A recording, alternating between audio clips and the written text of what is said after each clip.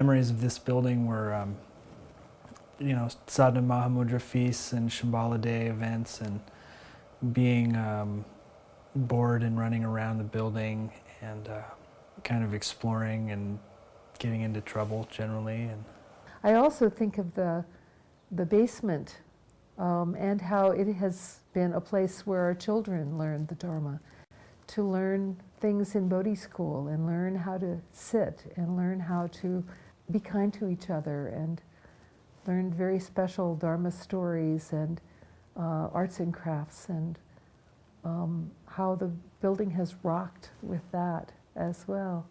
And Chögyam Trungpa was like the grandfather of our, my whole sort of generation, called the Dharma Brats. I still remember Shambhala days here when I was 4, 5, 6. I don't really remember anything that was said other than playing in the basement with my friends. And so it actually was always a very warm, strong reference point for me. back when I was a teenager and getting into plenty of trouble, at one point something particularly bad happened, and my dad called together a council of older, powerfully scary Sangha people to talk with me and kind of just flesh out what was going on. And that experience was really meaningful because it was this time where I was at kind of somewhat of a crisis point, and they stepped in and they kind of laid down the law a little bit, but did it in such a way that it was really helped me uplift myself out of that situation. And so that relationship to the older Sangha really inspired me to relate to the younger people and to try to do something that could help them have a similar experience or a similar reference point to come back to when their lives started getting too crazy for them. I did take rites of passage, which is a Buddhist kind of ceremony where you become an adult. I did my 8-year-old one here. I did my 16-year-old one actually at Karmacholing in Vermont. But I have countless memories of the 16th Galwang Karmapa up here, and he was amazing. He loved children and was really good with us. I have memories of the regent, the wonderful, infamous regent, who gave me my refuge vow, which is sort of the vow where you become Buddhist, and my name was Liberation Banner. When I came back to go to the University of Colorado, this building again became a real focal point, a place that you knew any day or night you could come and there would be some level of Dharma activity, some sense of community, some sense of holding together. But I was here a few weeks ago because Mingyur Rinpoche was here, and he was giving a meditation and teaching about monkey mind.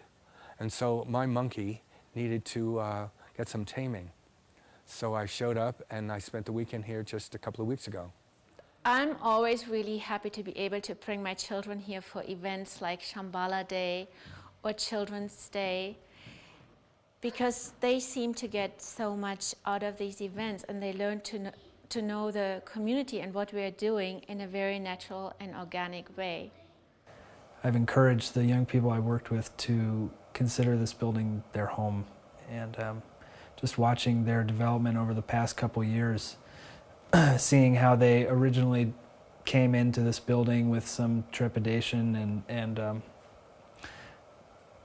some nervousness about the whole thing, and then eventually starting to gain some confidence, and now they really see this place as a place that they can be at home. What my inspiration is and how I can integrate that with activities at the center, in terms of, some practices are long practices and some practices are short practices, and being able to find out what I enjoy the most or what I also find deepening, so I can actually really connect with my life. Mostly what people say when they hear I'm from Boulder is, how do you do it? How do you work with such a large community, such a diverse community, with students of Chögyam Trungpa and students of the Vajra Regent, students of other great Dharma teachers, and students of Sakyong Mipam. So there's a lot of diversity here. That diversity implies richness, it also implies difference of view, and and desire. So being the director of the center means I have to listen to many voices. All of the dialogues, whether they're dialogues filled with appreciation or filled with criticism, are a part of what makes this center alive. There's such a richness that has gone on here in this building. There's such a richness with all of the teachers that have come, with my own personal teachers. It continues with Chögyam Rinpoche. It gets scary and it gets lonely, and you know, on some level it's your own path, and so you are going to be lonely and you are going to be excited and scared, lose heart, you know, feel inspired. There's something about the community that can really help support that journey. We're filming here in the community room, which is, we first developed plans for this space pretty much as it is now over 25 years ago. But I can tell you it just wasn't time. The community wasn't ready to be what it's, I think, ready to be now. So there should be so many people trying to come in here every day and night that the place is just, you know, the carpets are worn out every year. If we're not replacing the carpets with eco carpets every year, I don't think we're doing our job.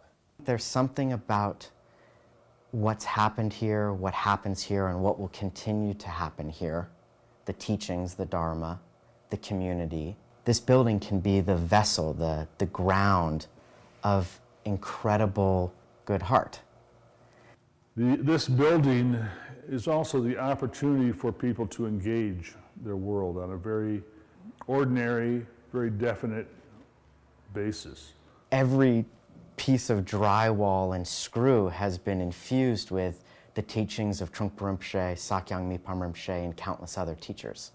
To me, the center is just such a beacon of peace in the world. It really is a precious place.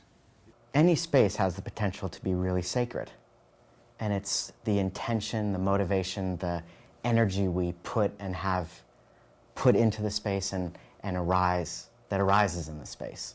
When I think about the end of life, it's very much in my heart that I will have my Sukhavati ceremony and that the community will gather around me again for one last time up in the main shrine room. And the secret really is that people have it inside them. They have their own practice, their own possibility of practice, and that they can bring this tradition, this great lineage, into this world right now.